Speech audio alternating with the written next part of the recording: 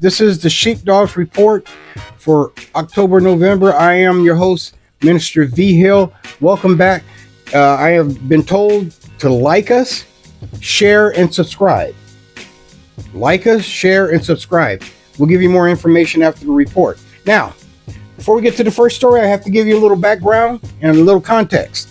Back in 1973, I was 10 years old. 10 years old. I remember I had a Stingray with that's a bicycle with a banana seat. That's an actual seat. Okay. We had afros. We had, there was exploitation movies. I remember my favorite movie was Blackula. Also remember, I had a crush on a girl down the street. But let's walk away from this nostalgia for a minute. Also in 1973, the American Psychiatric Association, that's the APA, had decided to remove homosexuality from its list of medical disorders. Okay. Now, there's different stories. I've heard different stories on why they did that.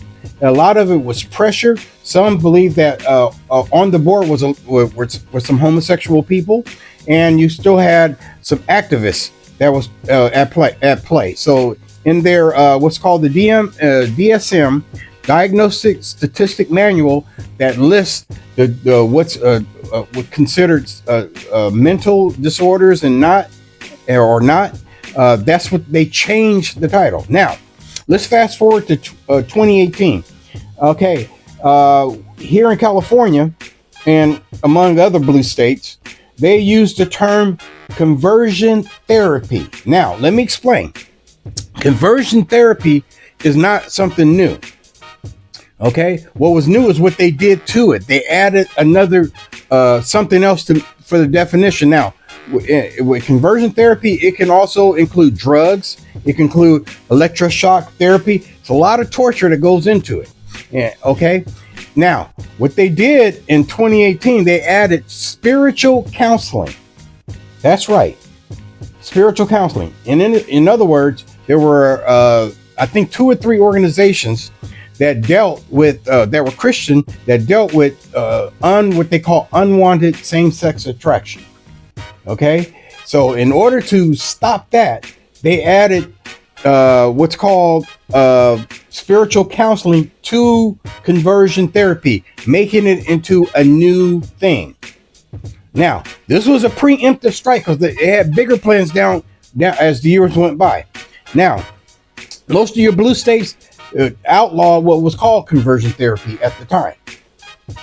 Okay. Now, because of there was nothing to stop the push for homosexuality and transgenderism and LGBT by 2018, sexual grooming became a thing. That's what we've been fighting in the schools, is sexual grooming. The way they do sexual grooming is they socially transition children first, or socially get them to accept it as normal. What backs them up? Well, the DSM. Okay, says there's nothing wrong with it. That it's not a mental disorder, homosexuality and LGBT and all that stuff. It's not that. So there's nothing to stop it. In other words, it's okay to transition one way, but not to transition back the other way. In other words, if you have unwanted sex, it's something wrong with you. If you have unwanted sexual attraction to the same sex, there's something wrong with you. You should go along with that. In fact, we should push it. In fact, you might be a woman. Okay? As far as they're concerned.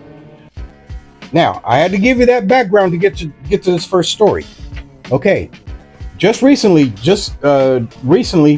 a lady by the name of Kaylee, I think I'm pronouncing her name right, Childs, she has charged the state, dig this, of Colorado with violating her freedom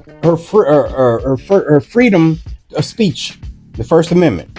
She's charging them for violating that because guess what she is? She's a Christian talk therapist. She talks to people who doesn't want those feelings and trying to become, heterosexual.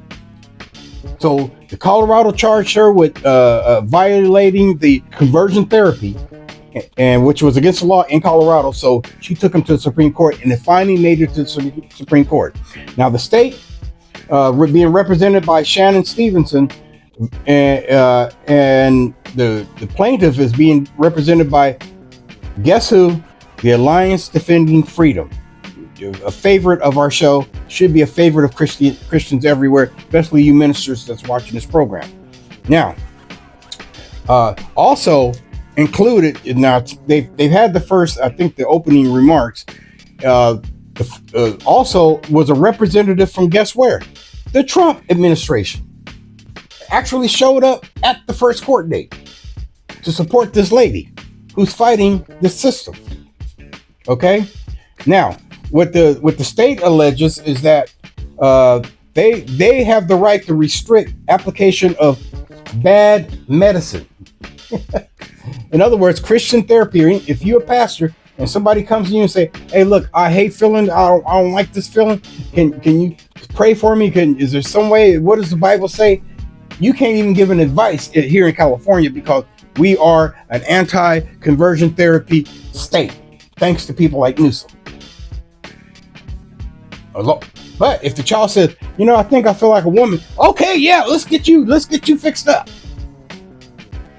In fact, you go with that feeling.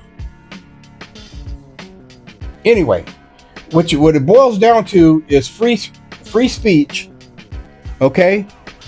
Free speech, unwanted same-sex, versus medical authority, which says we need to affirm that feeling.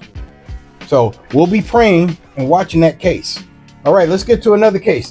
Back in June 8th, 2022, Justice Kavanaugh, who is now sits on the Supreme Court, there was a man, there was a woman. You see how I'm mixing that up? That's on purpose because I want to show you something. Now, CNN reports it was a woman that planned to assassinate Justice Kavanaugh, his family, and I think 2 other justices. This is CNN says it was a woman. CNN says it was a person who decided that they were going to kill Justice Kavanaugh and his wife and 3 others. Now, according to the Office of Public Affairs, it was a man that was going to kill Justice Kavanaugh, his wife, and 3 others. Do you catch that? So you really have to pay attention to your source of who you listen to and their agenda. Now, let me get to the story. A guy by the name of Nicholas John Ross decided that he wanted to kill Justice Kavanaugh and his family, and 2 others, and then he was going to turn the gun on himself. That was his plan. I don't know if it was a manifesto. Okay, now, when he went to court, he was Nicholas. By the time they finished the court case, his name was Sophie. That's right. It's another transgender planning an assassination. You can't say that this is a coincidence. No, this is something that's real. This is happening in real time. Anyway, District Judge Deborah Botcham, her name should be here, and her picture should be up. Sentencing. Now, keep in mind, he was going to kill Justice Kavanaugh, his wife, 2 other judges. She sentenced him. She gave him 8 years. Let that sink in. Now, he's doing federal time, so he'll do probably 80-90% of that. Okay, that's just prison talk of saying that he'll be out in about 7 years. A person that was planning to assassinate another. In light of all the assassination attempts and stuff that's happened, she sentenced him to 8 years. Now, this is what she said. She said, "I am heartened that this infraction," she calls it an infraction, planning on assassination. Assassination is an infraction. Okay. "I am heartened that this infraction has helped the Rose family to accept their daughter for who she is." That was her excuse. Ladies and gentlemen, that's called lawlessness. That's what that's called. That is flat out lawlessness. Unjust. Because the person says that it's a woman, and dig this, she's on her way to a male prison. Now, if you're gay and you're going to a male prison, I don't see that as a problem. It really isn't a problem from there. Anyway, we need to pray for the family of Justice Kavanaugh, and that justice actually somebody return that. Now, getting to the next story. There's been a lot of murders, a lot of killing. Some even say genocide in Nigeria, Africa. Now, Ted Cruz, him and a few others have decided to do something about it. What they want to do is they want to put a sanction on Nigerian government, and they say that he says that, and they say that they've been engaging and even facilitating in some of the killing. Now, according to Ted Cruz, 50,000 people have been killed since 2009. 2,000 schools have burned down. Now, keep in mind, these were Christian schools because Nigeria is supposed to be a Christian nation. Anyway, 2,000 schools, 18,000 churches burned down, destroyed. Now, according to Open Doors, they say that Nigeria is the number 7th ranked terrorist spot for Christians. It's the most dangerous place in the world. Seven. It comes in 7. I think North Korea comes in first.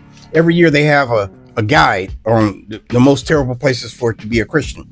They said in 2000, they said just this year, 32 people were killed on Good Friday. If you know anything about Islam, they love to do stuff on Christian holidays to Christians. I remember the first story I ever did about ISIS years ago was they were crucifying Christians on Resurrection Day. Anyway, let's get back because we're running out of time. They back in May, that was in April. In May, they forced 100 women to be married to Islamic terrorists. They forced them. In July, 18 people were killed by suicide bomber. Also in July, clergy started turning up missing. In other words, they start kidnapping clergy and never to be seen again. Okay. And just recently, I think last month or within the last couple of weeks, 30 Christians were beheaded by guess who? ISIS. So we'll be praying for the Christians there. Don't forget to, if you can give to any organization that's helping Christians there, be careful because there's a lot of scammers out there. And also be praying for Ted Cruz as he introduced these bills. And one more thing, they're calling it a genocide because there's 4 types of persecution happening all at once. Okay, they have Islamic oppression. They also have dictatorial paranoia. That means, in these, it might be in a region, say like I live in Bellflower, it might be a local dictator there. Okay. Also there's ethno cleansing. If you're a Christian, they're going to kill you. Okay. And organized corruption and crime, which means that it's being facilitated by a government. So we only got one more story. This is a doozy, and this is the last one. Okay, this is happening here in California. California Governor Newsome signs into law anonymous abortion prescription. You do not need your parents to get the prescription to abort children. If they can find somebody that write that script, like a abortion doctor, they'll get it without the parents even knowing it. Also, we have 5 other bills, but 4 we're going to pay attention to. AB 495. On the last report, we talked about it of pastors and politicians and preachers. They all went up to Sacramento. Well, it ended up on his desk anyway, and it's being waited to sign into law. That's AB 495. If you need to know what that is, look it up at at California Family or Real Impact, or you can just go and check out a review and see what the hoopla is about. All right, they went to Sacramento. AB 727 focuses it forces school to promote LGBT. That would include Christian schools. If you're getting any subsidies from the state of California, you will be forced to push their agenda. Okay. Now the last two, they work hand in hand. One is SB, which is Senate Bill 59, and the other one is AB, which is Assembly Bill 1084. Now, let's go with the AB 1084.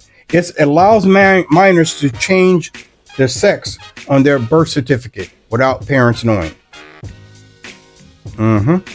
They can go have their identity changed, their sex changed on their birth certificate. And it runs hand in hand with SB 59 that hides the court records of sex and name change. So, whatever created order that God made you in, you can have that switched and fool everybody, including yourself. Especially your parents, according to this. So, remember who put this in motion? Gavin Newsome and whatever party that's running California. We all know it's Democrats. So, anyway, like I said before, like us, share us, subscribe. You can check us out on our YouTube channel. Go to Facebook. We might be hitting you up on Facebook and X. Also, we're looking for volunteers for our social media. If you specialist in social media, you can get in touch with us. Also, website maintenance or updating. Basically, planting new stories on our websites on Empty Tune. You can go to sheepdogs107@gmail.com to apply or to send us something, or if you want to comment, that's sheepdogs107@gmail.com. Until next time, this is Minister V. Hill. This has been the Sheepdogs Report. We'll catch you next time.